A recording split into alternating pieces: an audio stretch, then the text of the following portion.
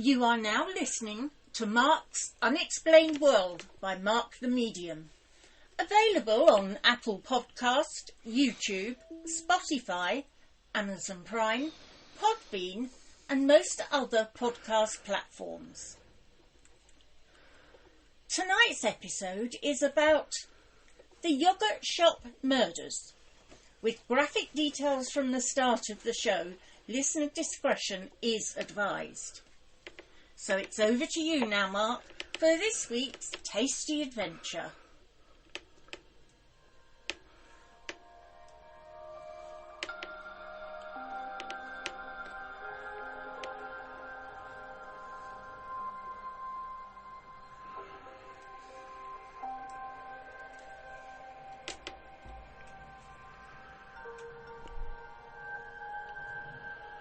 The Yogurt Shop Murders, which is sometimes known as the Austin Yogurt Shop Killings, is an unsolved quadruple homicide that took place at a branch of the I Can't Believe It's Yogurt Shop in Austin, Texas in the United States on the Friday of the 6th of December in 1991.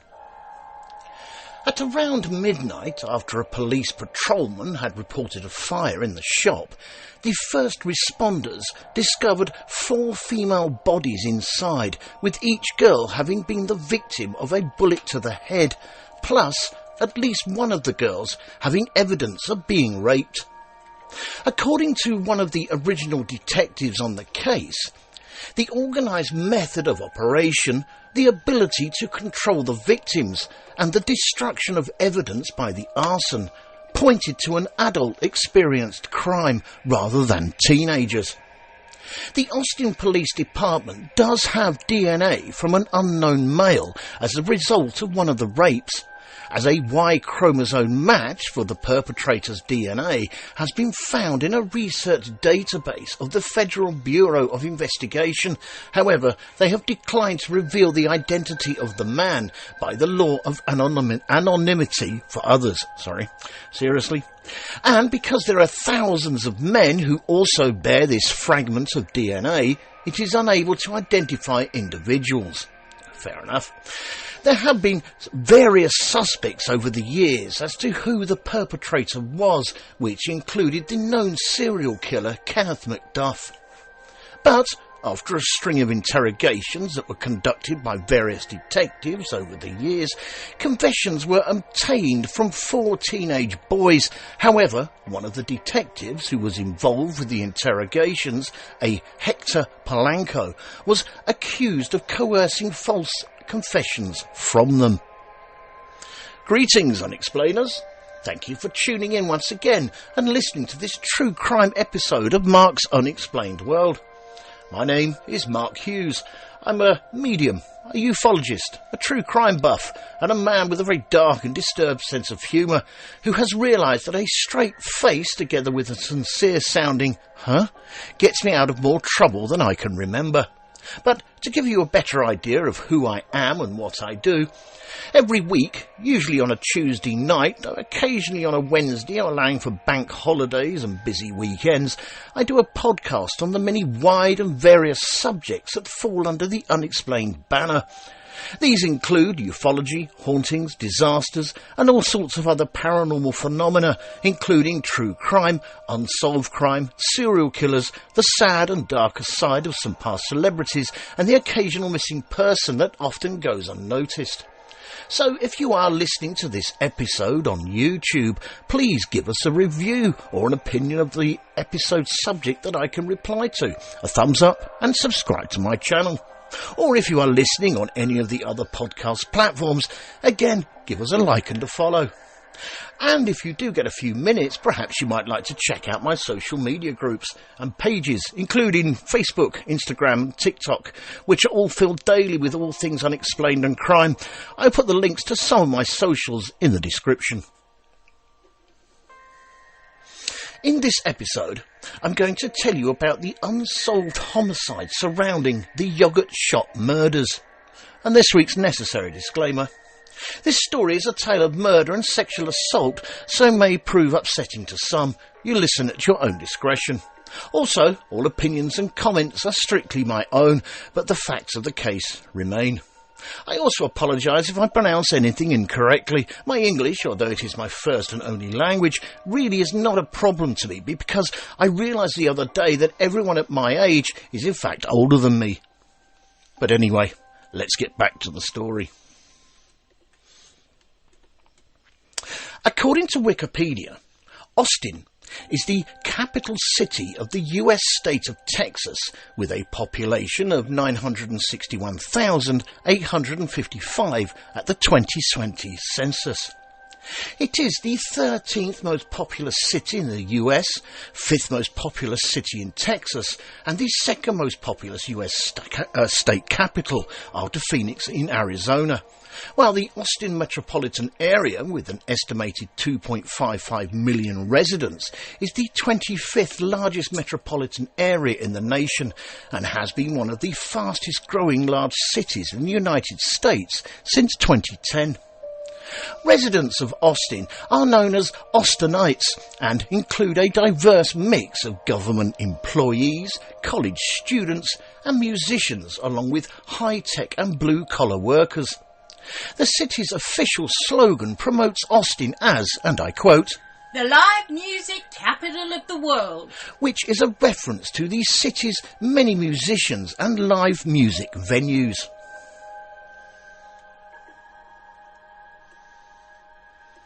The city also adopted the nickname of Silicon Hills in the 1990s due to a rapid influx of technology and development companies, and in recent years some Austinites have adopted the unofficial slogan of "Keep Austin Weird," which refers to the desire to protect small, unique and local businesses from being overrun by large corporations. Since the 1990s, and emerging from a strong economic focus on government and education, it has become a centre for technology and business. And, on a more poetical note, Austin has also been known as the City of the Violet Crown, mainly due to the colourful glow of light across the hills just after sunset.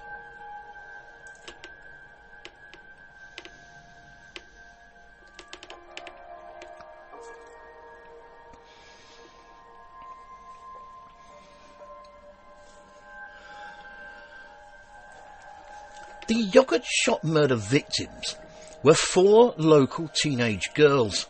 They were 13-year-old Amy Ayers, who was the youngest of the 4 girls, who was not only full of life, but also had a natural curiosity about the world around her. And despite being the youngest of the group, it was said that she had a unique ability to bring joy to all those around her. Next was 17-year-old Eliza Thomas, who, according to all reports, Eliza, who shared a remarkably close friendship with her peers at school, was admired both for her intelligence and her dreams of pursuing a higher education. Then there was 17-year-old Jennifer Harbison, who was a bright and ambitious teenager known for her outgoing personality and her involvement in school activities. And like her 3 friends, her future was also filled with potential, and she was regarded as someone who could have made a significant contribution within her community. And finally, there was Jennifer's 15-year-old sister, Sarah Harbison. Sarah was a gentle soul with a kind heart, and despite her early age, was mature way beyond her years, and was seen as a beacon of hope for her family. Both Jennifer Harbison and Eliza Thomas were I Can't Believe It's Yogurt Shop employees, while Sarah Harbison and her friend Amy Ayers were in the shop waiting to get a ride home with Jennifer after it closed at 11 p.m.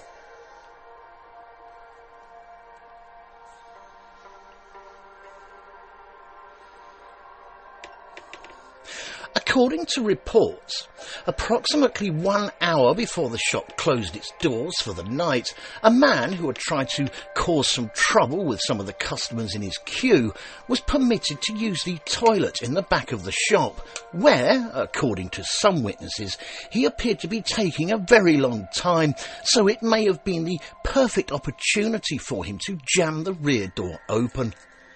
Then, just before closing time at 11 p.m, when Jennifer Harbison locked the front door of the shop to prevent more customers from coming in, a couple who left the shop reported seeing two men at a table acting suspiciously.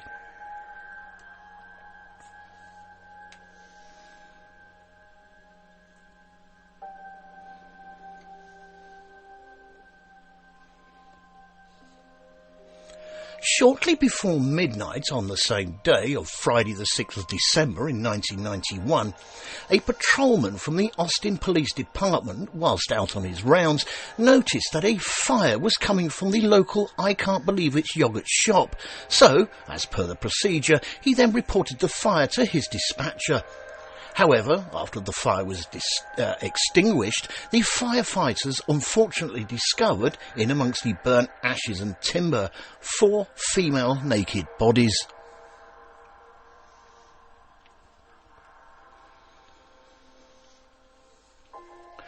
After this first short break, in part 2, we will look at how the 4 girls were killed and some of the suspects behind the homicide.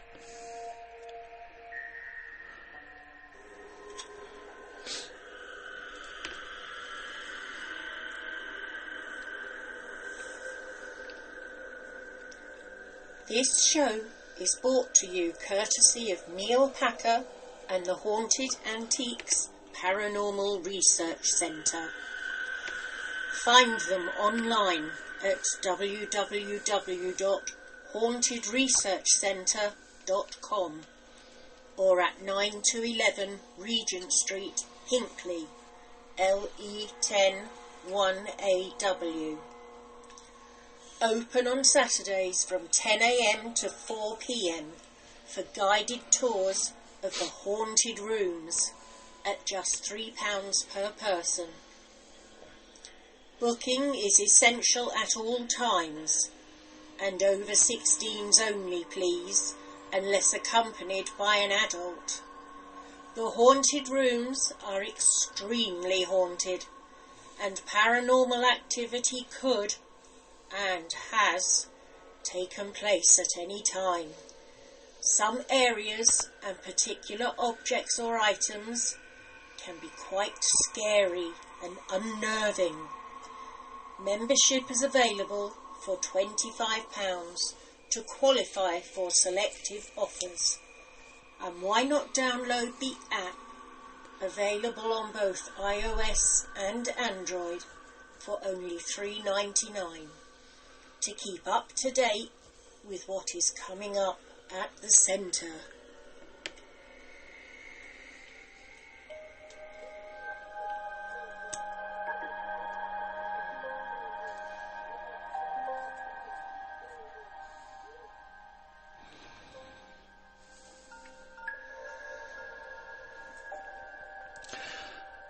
The 4 severely charred naked bodies in question were, as previously mentioned, 13-year-old Amy Ayers, 17-year-old Eliza Thomas, 17-year-old Jennifer Harbison, and 15-year-old Sarah Harbison, with each girl having been shot in the back of the head execution style with a .22 caliber lead bullet.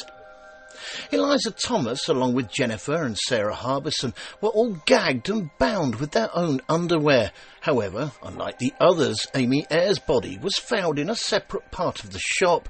She was not charred as much as her 3 friends, but she did receive second and very early third-degree burns on at least 25 to 30% of her body.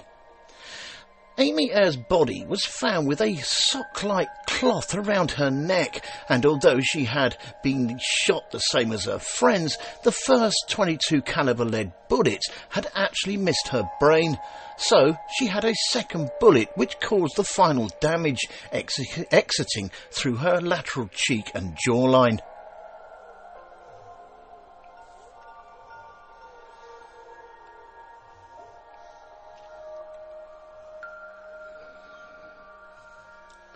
The scene at the fire-damaged I Can't Believe It's Yogurt shop was one of utter turmoil and devastation, with the building itself revealing the scars of the attack by showing signs of a forced entry, evidence of a struggle, and later the damaging effects of what was obviously a deliberately set fire.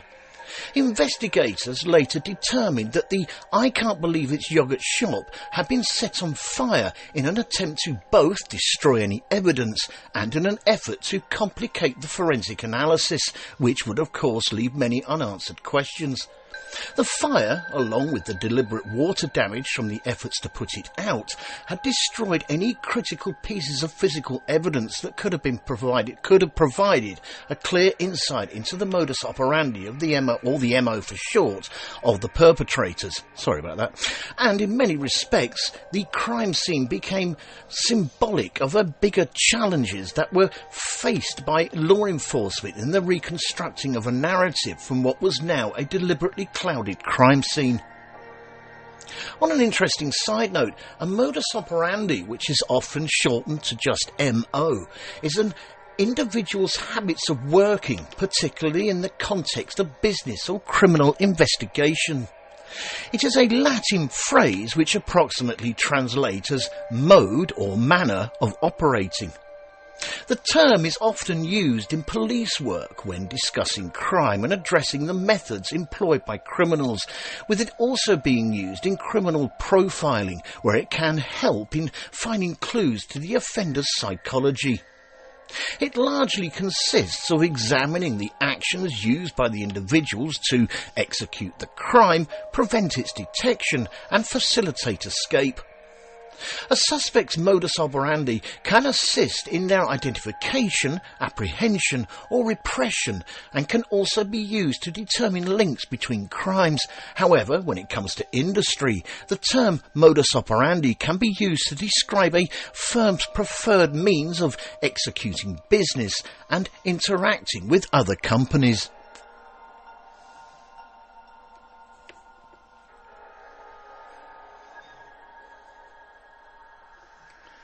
The initial police investigation into the case had produced a large number of persons of interest.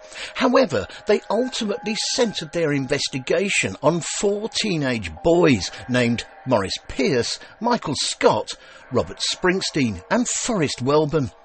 This was mainly due to the 15-year-old Maurice Pierce being caught with a .22 caliber firearm, and although it was not established to be the murder weapon, he was caught with it in a nearby shopping mall just days after the killings. And although the 15-year-old Maurice Pierce initially gave promising information during his tough questioning by police, the detectives decided that all he was trying to do was just get himself out of a gun charge, and so they eliminated him and his 3 petty criminal friends, all of whom he had implicated. Honour amongst thieves, eh?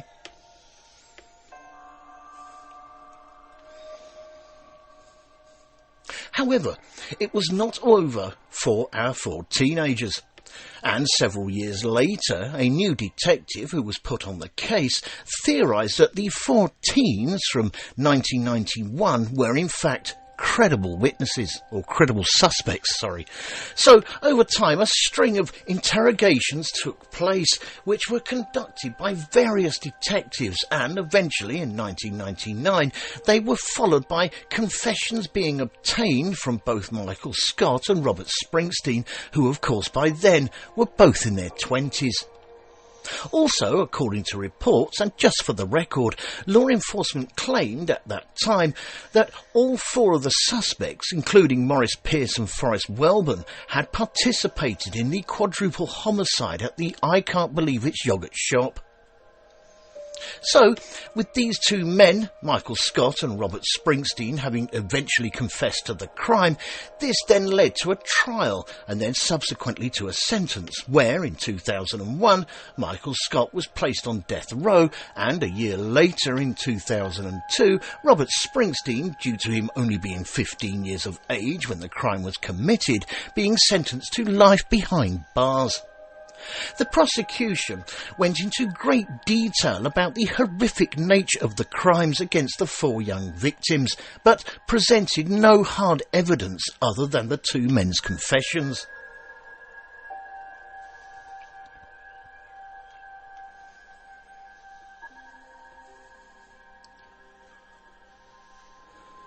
Now, you would think that that would be it, wouldn't you? Well, no, not quite. I will continue.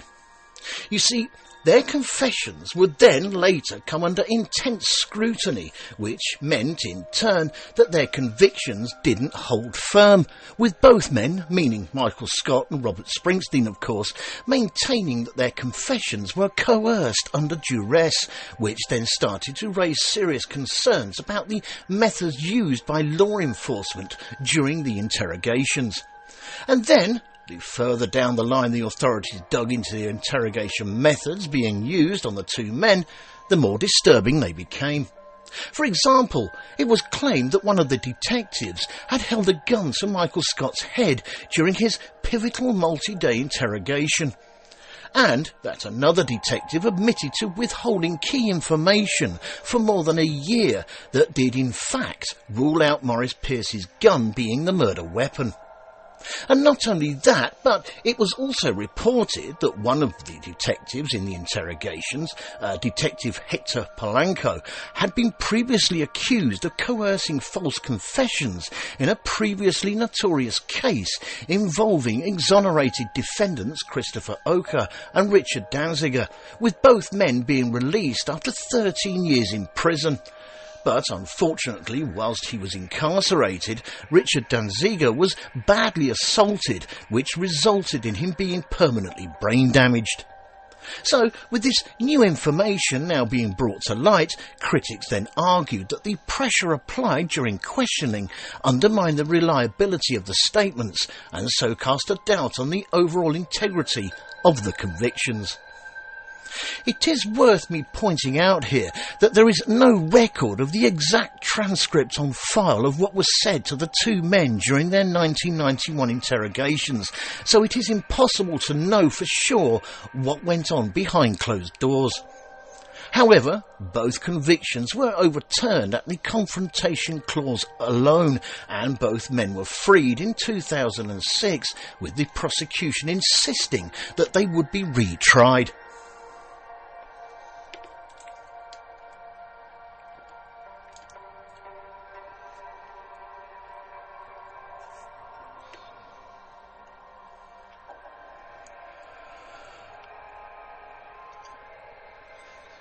Another person of interest that appeared on the detective's list of suspects, and who just so happened to be in the area at the time, was the well-known serial killer Kenneth MacDuff, who had a history of multiple murders involving teenagers, but he was soon ruled out as a suspect.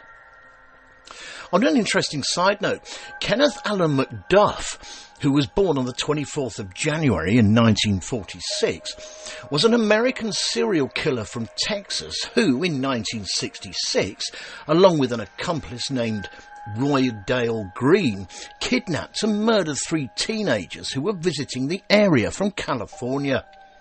He was given 3 death sentences for these crimes, but avoided execution after a 1972 US Supreme Court ruling, and was then resentenced to life, but in 1989 he was paroled. In his early life, Kenneth MacDuff's criminal record began 2 years before his first murder conviction, when, in 1964, at the age of just 18, he was convicted of 12 counts of burglary and attempted burglary in 3 Texas counties, and was sentenced to 12 4-year prison terms to be served consecutively, but he made parole after just a year in the December of 1965. On the 26th of June in 1992, Kenneth MacDuff was indicted on 1 count of capital murder in McLennan County, Texas, where he was found guilty. In Texas, juries determine whether or not an individual who is convicted of capital murder will receive either life imprisonment or the death penalty. But on the 18th of February in 1993, the jury, in a special punishment hearing, opted to sentence him to death. Following several delays, while appeals were being heard, the Western District Court denied Kenneth Macduff a habeas corpus relief, meaning the right to challenge his detention terms, and scheduled his execution date for the 17th of November in 1998. Kenneth Macduff is buried in the Captain Joe Bird Cemetery, which is also known as Peckerwood Hill in Huntsville, Texas. Prisoners who are buried there are those whose families choose not to claim their remains. The headstone contains only his date of execution, 11/17/98, and an X, which means he was executed by the state of Texas, and his death row number of 999055.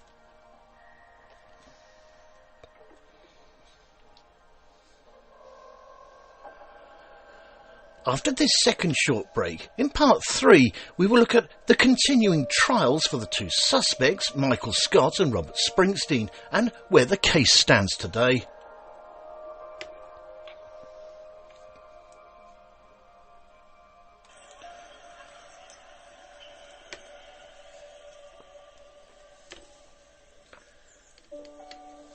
Fright Nights was established in 1999 as the first company in the world to offer overnight ghost hunt experiences to the general public, pioneering paranormal events since the last century.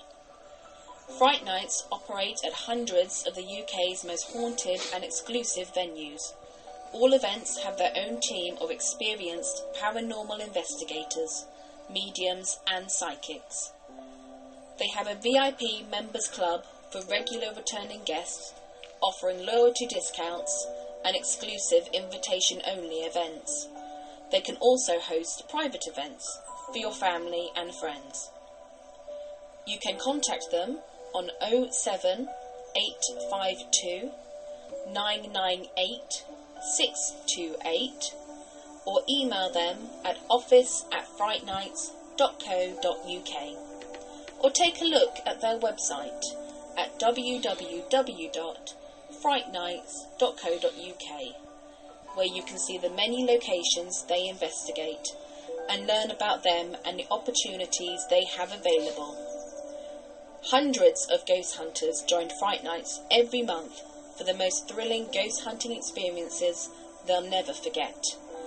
If you haven't been on a ghost hunt before, then why not join them to see what it's all about?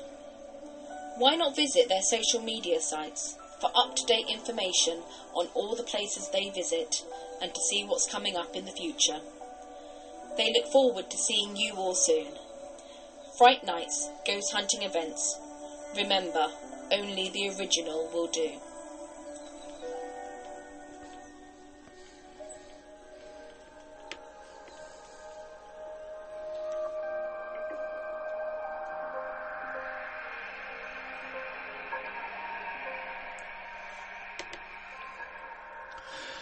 During the early days of the yogurt shop murders, the local media, which included TV and newspapers, played both a very important and crucial role in keeping the public informed, with news outlets continuously broadcasting the distressing details of the crime.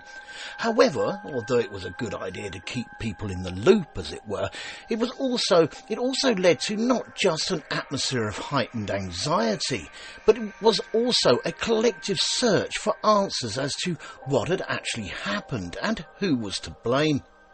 And with the sense of the collective grief being visible, the crime itself then became a rallying point for calls to strengthen public safety measures and the demand for more accountability from law enforcement agencies.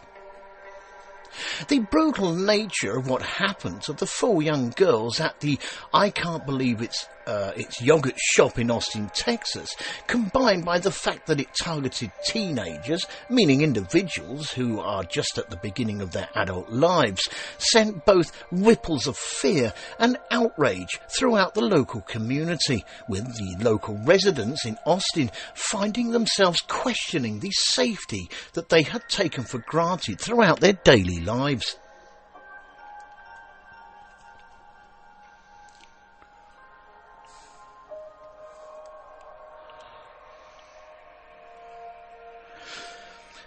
Now, I'm going to be honest with you here, Unexplainers.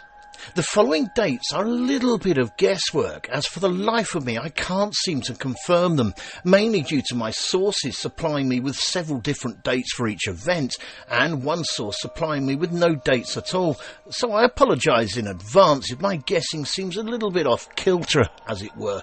But anyway, I digress, so here goes.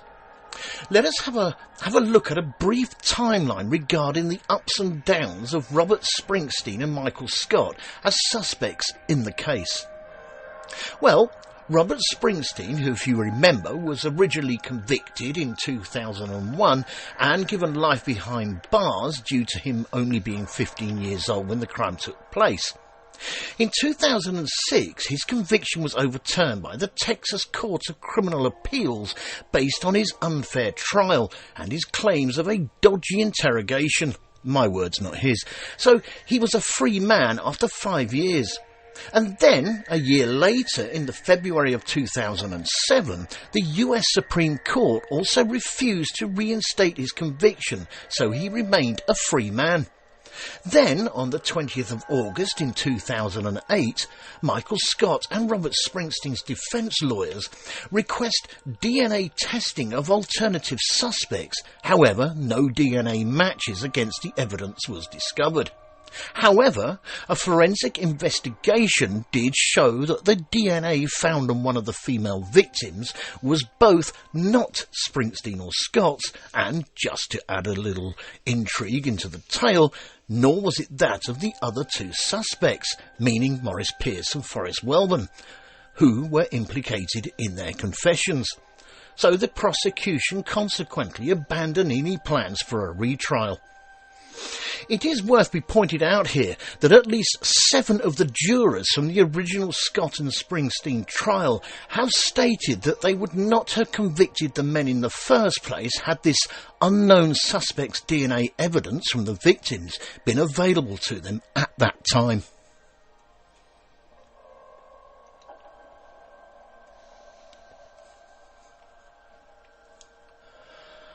On the Wednesday of the 24th of June in 2009, Judge Mike Lynch ruled in response to the Travis County District's Attorney's request that one of the trials be continued, that the defendants, Springsteen and Scott, were to be freed on bond. So at 2:50 p.m. later that same day, they both walked out of the Travis County Jail with their attorneys.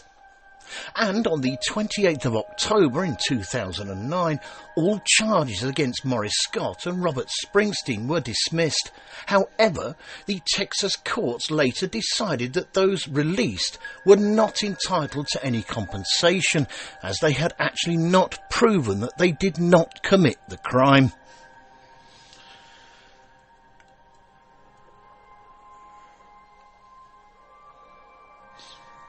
So, what happened to the other two suspects, meaning Maurice Pierce and Forrest Welborn? Well, on the 23rd of December in 2010, an Austin police officer called Frank Wilson and his rookie partner, Bradley Smith, conducted a traffic stop on a vehicle driven by Maurice Pierce in the northern part of the city. And after a brief foot pursuit, Maurice Pierce struggled with Frank Wilson before removing a knife from his belt and stabbing Wilson in the neck. Frank Wilson, who thankfully survived his injuries, in a matter of self-defence, then subsequently pulled out his gun and shot and killed Pierce. As for Forrest Welborn, well, to be honest, there is not really much information available. According to some reports, he is currently living with his mother, Sharon Pollard, who claims that the police have been badgering witnesses in an effort to try and manufacture a case against her son, claiming that her son's world has been ripped apart since his arrest, what with losing his auto repair shop and being unable to find another job once he was released on bail, claiming that, and I quote, "This whole ordeal has been a horrible strain on Forrest and his family." She continues, and again I quote, "He is glad that the charges have been dropped, but he has been through so much, he's almost afraid to trust. Like the other three suspects, Forrest Welburn was also a high school dropout with only minor scrapes with the law before being arrested for the yogurt shop murders. The Austin police admitted that over 50 people had confessed to the yogurt shop murders, including a 1992 confession by the two Mexican nationals held by the Mexican authorities. However, this was soon disputed and finally ruled false.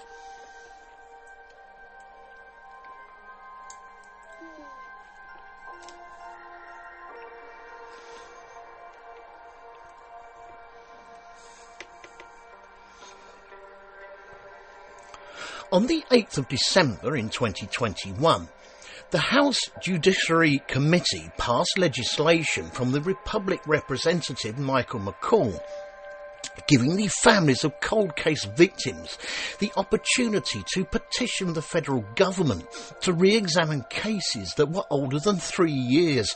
And on the 5th of February in 2022, it was announced that advanced DNA technology was bringing investigators closer than ever to finally solving the crime. Over the years, community vigils have been organised with memorials being held in honour of the 4 victims, as families and neighbours come together to mourn the loss of these young lives. And Amy Ayers' own family has worked to give their daughter's memory a life of its own, with Amy's older brother, Sean Ayers, and his wife, Angie, helping to start the Texas Attorney's General Cold Case and Missing Persons Advisory Committee in order to push forward a growing percentage of cold case murders across the country that might otherwise fall through the cracks. Amy's sister-in-law, Angie Ayers, says of the girls, and I quote, "They are not forgotten. They are not given up on." The yogurt shop murder case, to this day, still remains unsolved. Thank you all for taking the time out to listen to this episode of Mark's Unexplained World. In our next episode, show number 157, we are going to be looking at Havana Syndrome. Havana Syndrome refers to a series of debilitating symptoms which were first reported by US intelligence officers and embassy staff in Havana, Cuba, in late 2016. Symptoms include hearing strange noises, headaches, dizziness, and cognitive dysfunction. The condition has been described as a disputed medical phenomenon, with some experts questioning its validity and attributing it to psychological factors rather than a specific medical cause. Recent investigations have sought to uncover potential causes, but no definitive evidence has been found linking the symptoms to any specific source. This show was written and researched by myself, Mark Hughes, and proofread and edited by Linda Hughes. The pronunciations of all the names and places was all mine. The actors in this episode were Mark Hughes, Linda Hughes and Denise Pooler, with special thanks to Neil Packer and the staff at the Haunted Antiques Paranormal Research Centre in Hinckley. And, of course, a big thank you to everyone for listening.